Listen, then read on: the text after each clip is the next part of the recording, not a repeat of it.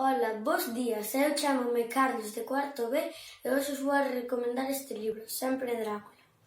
Este libro é de que un neno comeza un novo colexio e tres nenos empezan a abusar del, a pegarlle, a acusar del todo o tempo. E el un día empezou a defenderse, pero non tanto. Non lle fixeron caso, eles eran máis fuertes.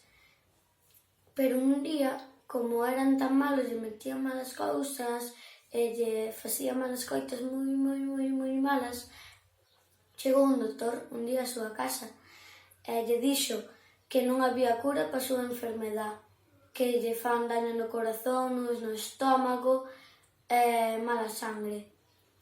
E despois unha nena quixose facer amiga del e fíxose, pero antes de eso, o seu pai, Drácula, o verdadeiro, saleu por a ventana e se cabreou por eses nenos que se meteron co seu fillo.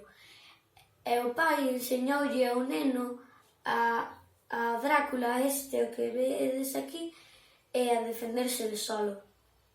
E eso pasou.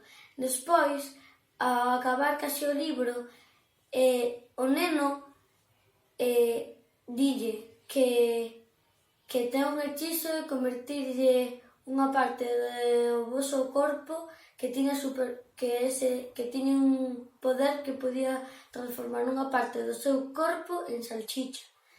E despois lle di Drácula aos nenos: non se acordais, non soy como vosotros, yo soy diferente, soy un vampiro.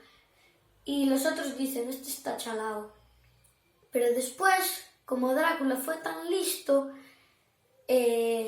dijo: puedo convertir cualquier parte de vuestro cuerpo en salchicha.